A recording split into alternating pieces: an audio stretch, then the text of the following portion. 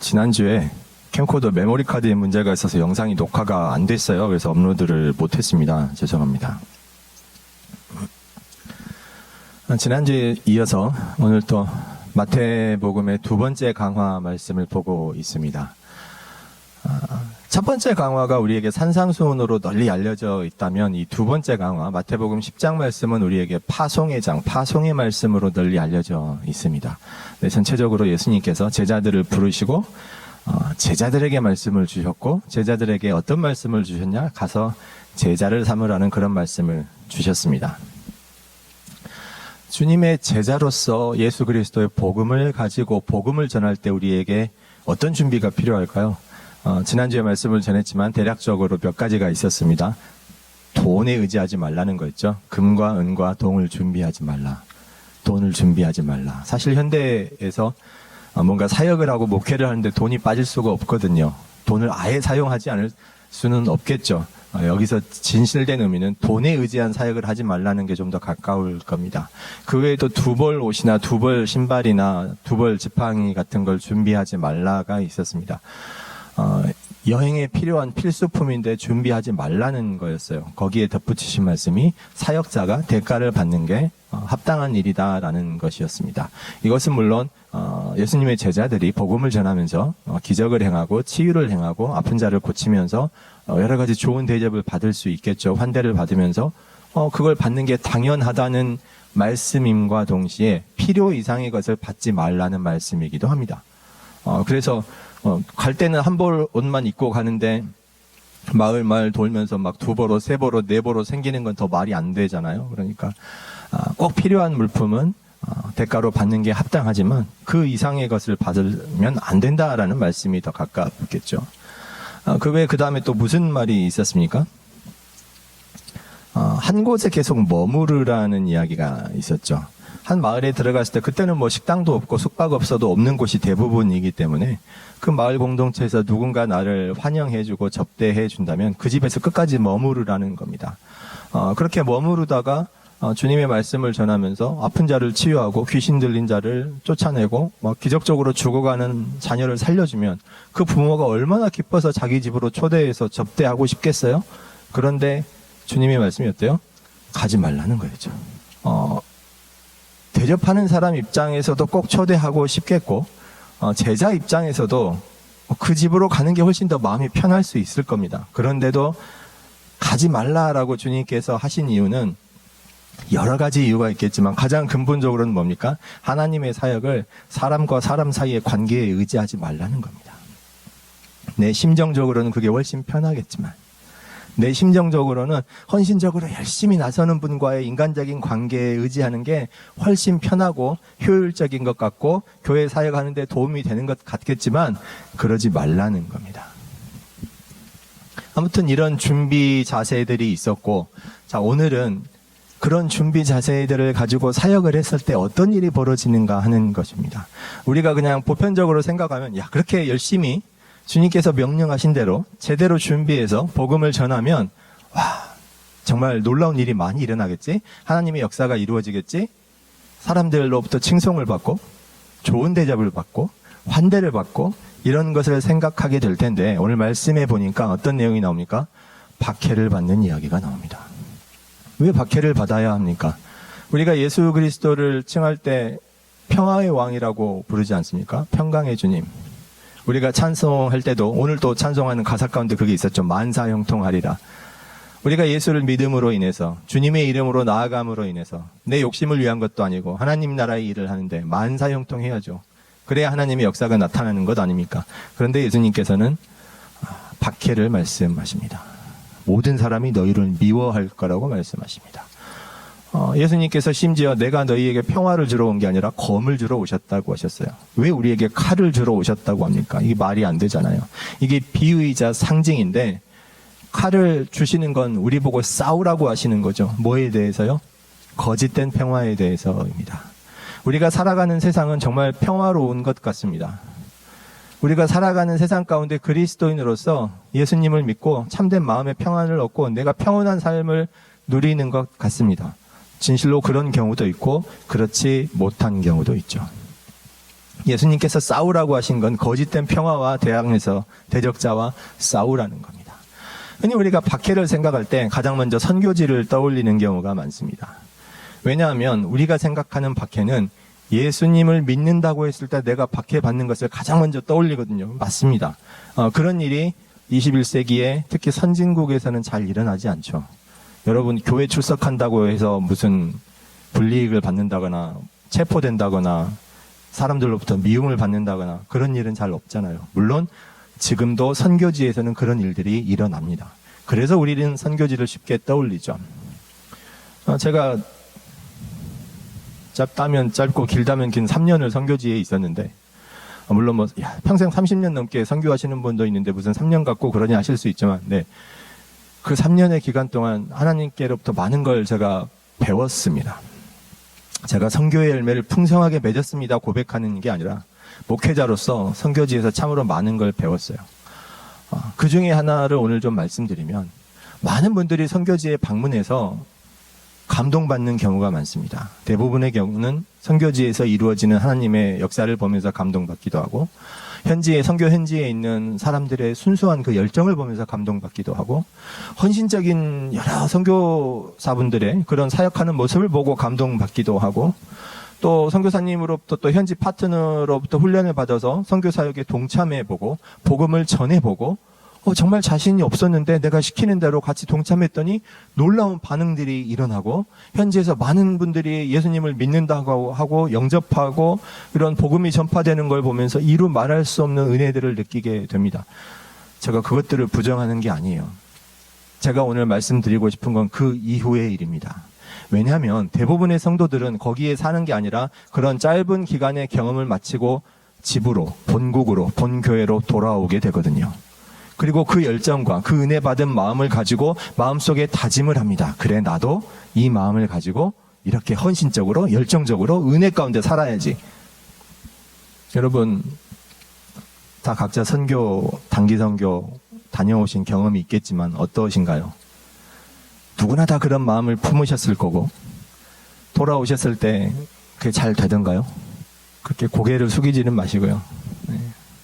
잘 안 되는 경우는 뭐냐면, 우리가 연약해서, 우리가 죄인이라서, 물론 그런 부분도 없지 않아 있겠습니다만, 가장 큰 이유는 방향이 잘못돼서예요. 우리가 경험하는, 배우는 그런 선교지에서 경험은요, 정말 단순합니다. 굉장히 직접적이에요. 제가 경험했던 선교지도 대부분 다 그랬습니다. 정말 예수님을 믿는다는 이유로 박해받는 거예요. 예배 드린다는 이유로 핍박을 받는 거예요. 하나님을 예배하기 위해서 여러 가지 손해를 감수하는 거예요.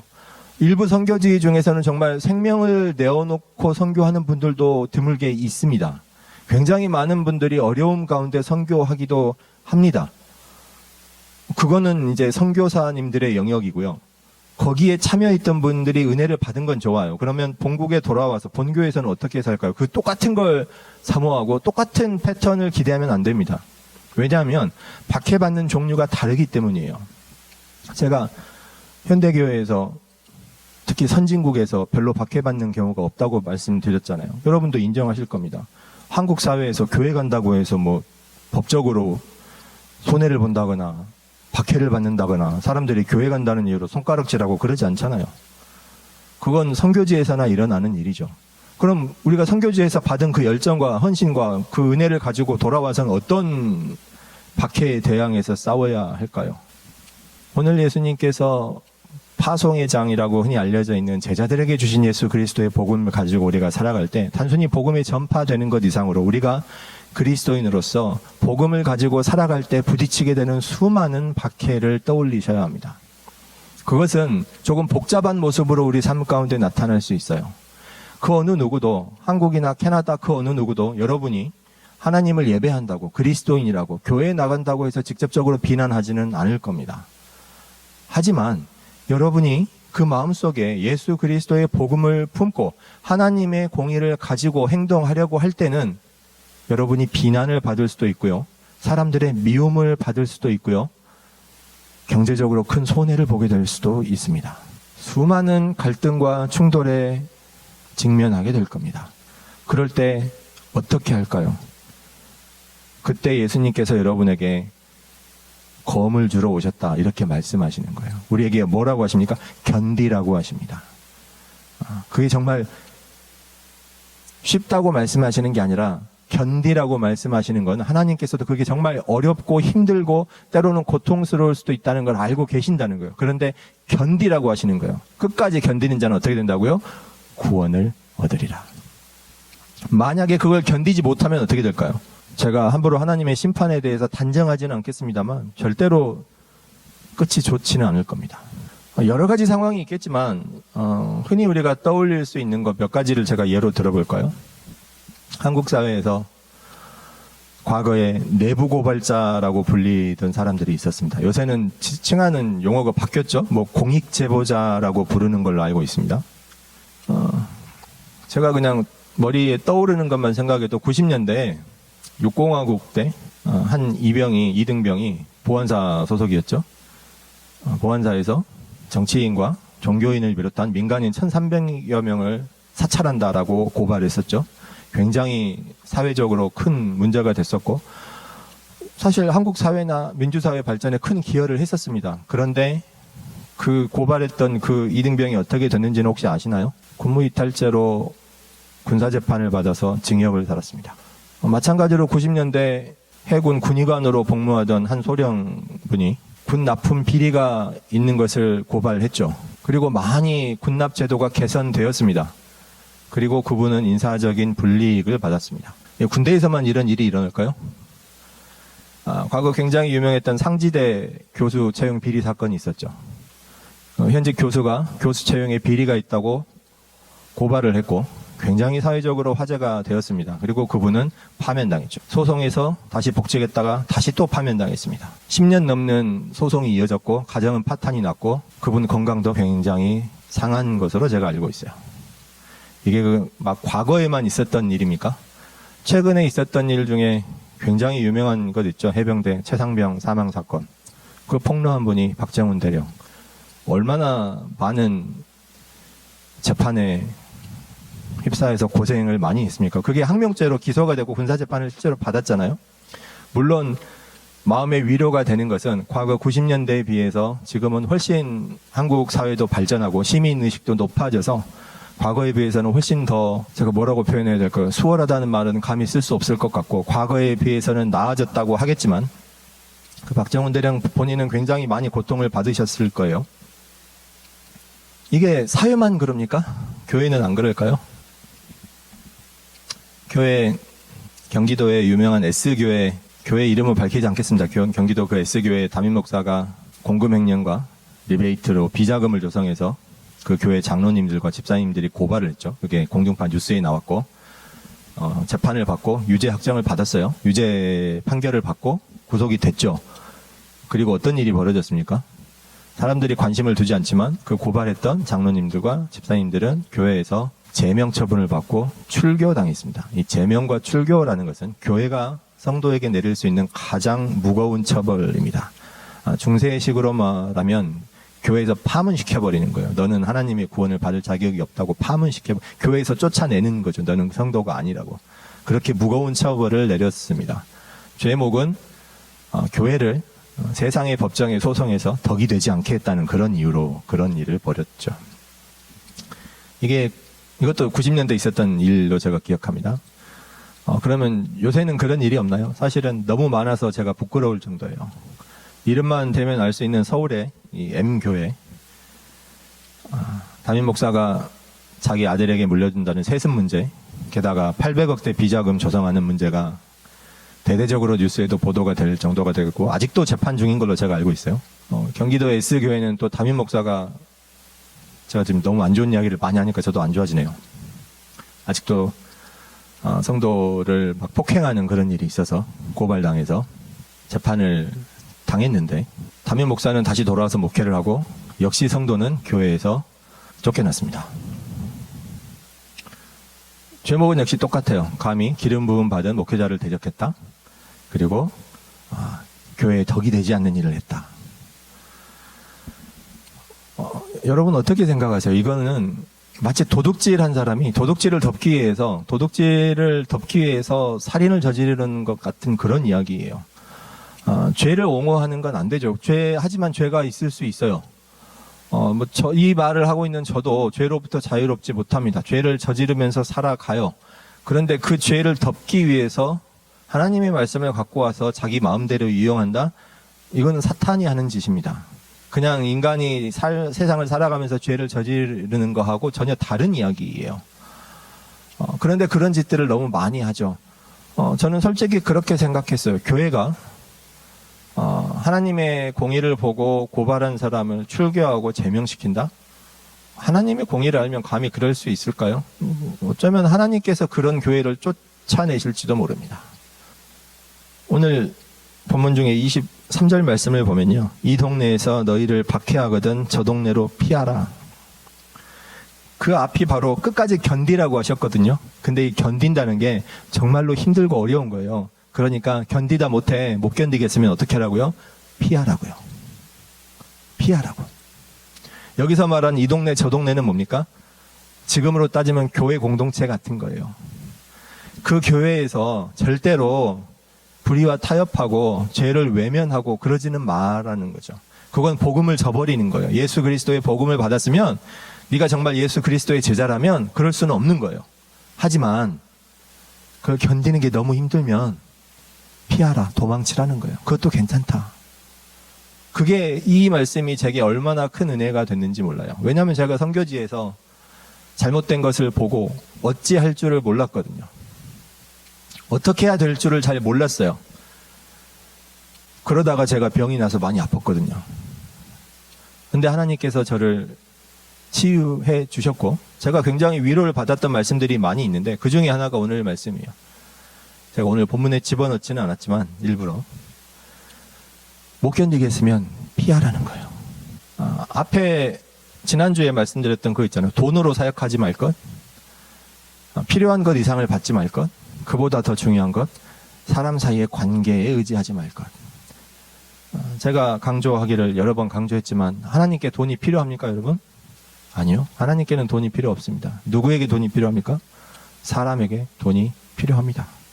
그래서 돈을 완전히 부정하지는 않습니다. 필요한 돈만큼은 받고 써야죠. 하지만 하나님의 사역이 돈에 의해서 이루어지지는 않습니다. 마찬가지로 그보다 더 중요한 게 뭐냐면 사람 사이의 관계예요. 하나님의 사역이 사람 사이의 관계에 의해서 이루어지거나 변화되지 않습니다. 목회하면서 목회자분들이 스트레스 받고 낭패를 보는 여러 가지 이유, 또 성도분들이 교회에서 신앙생활하다가 상처받고 넘어지는 많은 이유들, 혹은 교회를 떠나게 되고 여러 가지 힘든 일을 겪는 많은 경우 가운데 그 사람 사이의 관계가 있어요. 사람 사이의 관계는 외면할 수 없는 겁니다. 우리 신앙생활 가운데, 목회 가운데, 선교 가운데 반드시 있어야 하고 있을 수밖에 없는 거예요. 그런데 거기에 의지해서는 안 된다는 거죠. 그걸 다시 보충해 주는 말씀이 오늘 본문 말씀이라고 보시면 될 것 같아요. 왜냐하면 돈보다, 우리가 세상에서 누릴 수 있는 것보다, 우리가 세상에서 맺는 사람들과의 수많은 관계들보다 더 중요한 것이 예수 그리스도의 복음인데, 그 복음을 가지고 살려고 하면 하나님의 공의가 따라와야 하고 그 복음을 실천하는 데 있어서 세상과 다르게 가야 할 때가 있다는 거예요.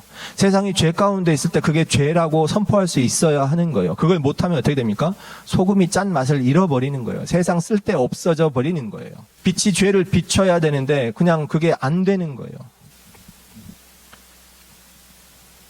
그렇게 해야 되는데, 그러면 우리가 생각할 때는 그렇죠. 하나님께서 함께 하시니까, 하나님께서 능력을 주시니까 병든 자를 치유하는데, 하나님의 말씀을 보면 죽은 자도 살린다고 하는데, 그럼 우리가 승리하겠죠. 우리 항상 승리한다고 하잖아요. 어떻게 승리해요? 그런데 실제로 우리가 세상에서 받는 대접은 어떻다고요? 많은 사람들이 우리를 미워할 거라는 거예요. 모두 다 미워할 거라는 거예요. 과장법이긴 하지만 대다수가 우리를 미워하게 될 거라는 거예요. 그걸 견디라는 겁니다. 대단히 안타깝게도 우리 성도분들의 삶을, 우리 교회 성도만 말씀드리는 거 아닙니다. 절대로. 한국교회 많은 성도분들의 삶을 한번 돌이켜보면 내가 예수 그리스도의 이름으로 박해받고 있나 질문을 한번 던져보시기 바랍니다. 이 박해라는 단어가 너무 우리에게 직접적인 순교를 떠올리게 한다면 질문을 조금 바꾸어 보세요. 내가 예수 그리스도의 이름으로 인해서 손해보고 있는 게 있나? 내가 예수 그리스도의 이름 때문에 미움받은 일이 있나? 내가 예수의 이름을 힘입어서 뭔가를 하려고 하는데, 하나님의 공의를 실천하려고 하는데 불편하고 힘들고 어려움을 겪은 일이 있나입니다. 왜냐하면 내 안에 하나님의 복음이, 하나님의 공의가 있으면 그렇게 되거든요. 그런 일이 전혀 없다면, 나는 예수 믿고 너무 평안합니다. 예수 믿고 이렇게 좋을 수가 없어요. 이렇게 행복할 수가 없어요. 모든 일이 다 잘 됩니다. 잠깐의 기간은 그럴 수 있어요. 하나님께서 그렇게 축복하시거든요. 그런데 그분의, 내가 예수 믿고 나서 누리는 세상에서 모든 삶의 기간들이 항상 그렇게 행복하고 즐겁고 은혜롭고 좋기만 하다면 진지하게 한번 생각해 보세요. 내가 누리는 이 평화와 행복이 진실된 것인가, 아니면 거짓된 것인가?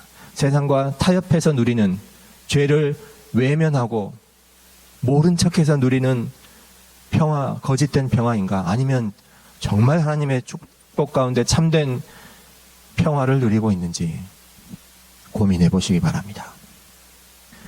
제가 아까 공익제보자 이야기를 하면서 과거에는 얼마나 많은 사람들이 내부 고발했다고 배신자라는 프레임이 씌워져서 고통받았는지 몰라요. 지금은 좀 나아졌죠. 제가 지금 이 말씀을 드리는 게 여러분에게 그렇게 공익제보자와 같은 위치에 서서 싸우시라라고 하는 겁니까? 그런 사명을 받은 분도 있겠죠. 아까 제가 말씀드린 그 해군 군의관 그 소령분도 가장 결정적으로 기도하다가 그 내부 고발, 공익 제보하기로 결정을 내린 이유가, 나는 크리스찬인데 불의를 보고 넘어가는 것은 신앙인의 자세가 아니라고 그 마음이 들어서 제보하게 되었다고 고백하셨거든요. 그러면서 굉장히 불이익을 받고 소송을 당하고 고통스러운 기간 동안에 기도로 버텼다고 고백하시는 걸 제가 본 적이 있습니다. 그런 사명을 받았으면 정말 그렇게 사시는 게 좋죠. 그런데 대부분은 그렇지 않죠. 대부분은 어떤 위치에 서 있습니까? 복음서에 나오는 수많은 사람들처럼 그걸 지켜보는 위치에 있습니다. 그걸 군중이라고 부르죠. 그걸 지켜보면서 우리는 뭐라고 합니까? 아주 안타깝게도 대부분의 사람들은 손가락질합니다. 같이 비난하죠. 잘 되고 있는데 왜 저렇게 쓸데없이 평지풍파를 일으키는지 몰라. 제가 개인적으로는 교회에서 정말 듣고 싶지 않은 말이 하나 있어요. 좋은 게 좋은 거다라는 이야기죠. 개인적으로는 많이 싫어합니다. 누구한테 좋다는 겁니까? 하나도 좋지 않거든요. 교회에 덕이 되지 않는다고요? 현대교회가 가장 잘못 사용하는 말이 바로 그거예요. 교회에 덕이 되지 않는다고요? 교회에 덕이 되는 게 중요합니까? 여러분의 회개가 중요합니까? 저는 감히 회개하는 것이 100배, 1000배 이상 중요하다고 말씀드리겠습니다. 근데 회개는요, 사실을 숨기면 회개가 되지 않아요. 여러분, 내가 하나님 앞에 죄를 지었는데 그걸 꽁꽁 숨겨놓은 상태로 교회에 와서 예배드리고 기도하면서, 하나님, 제가 죄를 지었습니다. 잘못했습니다. 용서해 주소서. 기도하는 게 회개가 될까요? 안 됩니다. 전혀. 한국교회에서 정말 자랑하는 평양 대부흥 사건 있죠. 네, 정말 자랑할 만합니다. 그 회개가 왜 그렇게 자랑할 만합니까? 그 회개가 공개적이었기 때문이에요. 잘못을 숨기는 게 아니라, 아무도 그 회개하는 자리가 아니었는데 말씀의 감동을 받아서, 성령의 감동을 받아서 앞에 나와서 공개적으로 내 죄를 고백했기 때문이에요. 그럴 필요 없었는데 그냥 하나님 앞에 저는 죄인입니다라고 그러고 말았으면 아무도 몰랐을 텐데, 세상 모든 사람이 다 알도록 내가 죽은 친구의 재산을 가로챘다고 공표했기 때문이에요. 그 순간이 지나고 나서 얼마나 많은 사람들이 손가락질 했겠어요. 그거 다 알고 감수하고 고백한 거예요. 그게 절반이고요. 나머지 절반은 뭡니까? 고백하고 만 게 아니에요. 그 다음 가서 자기 잘못을 빌고 배상하고 회복하기 위해서 노력한 거예요. 그게 회개입니다. 교회에 덕이 안 된다고 덮어요? 성경 어디에 그런 이야기가 있습니까? 그건 지극히 동양적인 문화죠. 아시아 유교적인 문화고요. 사실 유교적인 문화에서도 충이나 의를 그렇게 가르치지 않습니다. 왜곡된 거죠. 일본의 그 유명한 속담이 있죠. 냄새 나는 것에 뭐 하라고요? 뚜껑을 덮으라고. 정말 유명한 말인데 일본 사람들도 요새 그거 싫어한대요. 참 다행입니다. 냄새 나는 것에 뚜껑을 덮으면요, 냄새는 안 나겠죠. 근데 그 안에서 어떻게 됩니까? 썩어 문드러져 더 큰 문제가 됩니다. 여러분의 죄가 그렇습니다. 교회에 어떤 문제가 있으면 교회의 문제가 그렇습니다. 세상에 어떤 문제가 있으면 세상의 문제가 그렇습니다. 절대로 그거 그냥 저절로 없어지지 않아요. 그 시간이 지나가면 막 잘못을 추궁하고 막 그걸 다시 캐내고 그런 건 없겠죠. 그래서 다시 이야기하고 다시 잘못을 꺼내고 추궁하는 사람이 굉장히 불편할 겁니다. 싫을 거예요. 왜 이렇게 말썽을 피우고 문제를 일으키나. 문제가 없는데. 사실은 문제가 없는 게 아니고 큰 문제가 있는 것을 잘못을 고치기 위한 기회가 주어지는 거예요. 그걸 알고 회개하는 자에게는 생명의 기회가 주어지는 거고, 참 쟤는 뭐라고 이렇게 말썽을 피우고 문제를 일으키고 평지풍파를 일으키나, 이런 마음을 가지고 있으면 그 사람에게는 영영 회개의 기회가 없는 거예요. 하나님의 공의를 가진 사람은, 예수 그리스도의 복음을 가진 사람은 그런 문제를 보고 타협해서는 안 된다라는 겁니다. 그리고 그런 문제를 제기하는 사람을 보고 옆에서 그냥 지켜보지 마세요. 절대로 같이 비난하지 마세요. 같이 비난하는 건 나도 그 집에 같이 동참하는 거예요. 내가 주도적으로 뭔가를 하지는 못하더라도 그런 사람을 도울 수 있고 한마디 위로라도 할 수 있는 사람이 돼야 되지 않겠습니까? 그게 예수 그리스도의 복음을 가진 사람의 증거입니다. 어떤 분들은, 목회자분들이 그래요. 교회의 열매가 뭔가? 교회의 열매는 성도 수다, 성도 숫자다, 헌금 액수다. 막 입으로 속된 말이 나올 것 같아요. 제정신이 아닌 것 같아요. 그건 교회의 열매가 아닙니다. 교회의 열매는 회개를 통해서 나타나는 거예요. 얼마나 하나님의 공의가 이 땅에 이루어지는지, 교회를 통해서 이루어지는지, 거기에 하나님께서 기뻐하시는 열매가 있지 않겠습니까? 사랑하는 성도 여러분, 다시 한번 질문을 던져보시기 바랍니다. 나는 예수 그리스도의 복음을 가지고 세상에서 어떤 삶을 살아가는지, 어떤 열매를 맺어가는지, 예수님으로 말미암아 비난받으신 분들, 미움받은 경험이 있는 분들, 혹시 과거에 그런 일로 인해서 상처 입은 분들이 있다면 하나님의 은혜와 하나님께서 함께 하시면서 기뻐하셨을 거라는 그 사실로 인해서, 내가 하나님의 나라를 위해서 헌신했다는 그 사실로 인해서 위로받으시기를 축복드립니다. 만약에 내가 미움받을 것이 두려워서, 손해볼 것이 두려워서 외면한 적이 있다면 하나님 앞에 간절히 기도하시기를 권합니다. 주님, 내가 과거에는 미움받을 것이 두려워서 외면했지만 앞으로는 그러지 않게 하소서. 혹시 내가 과거에 손해본 일로 상처를 많이 받으셨다면 결코 그 일로 인해서 내 신앙의 열매가 바뀌지 않기를 하나님께 구하시기 바랍니다. 하나님께서 진실로 무엇을 기뻐하실지를 기도함을 통해서, 찬양함을 통해서, 예배드림을 통해서 확답 받으시기를 바랍니다. 다시 한번 부탁드리면, 미움받을 것을 두려워하지 마십시오. 현대인에게 두려운 건 사실 직접적인 생명의 위험을 별로 겪을 일이 없다 보니까 사회적으로 비난받는 것, 미움받는 것, 관계가 파탄나는 것, 돈을 손해보는 것, 재산상으로 피해 입는 것, 이런 것들을 굉장히 두려워하죠.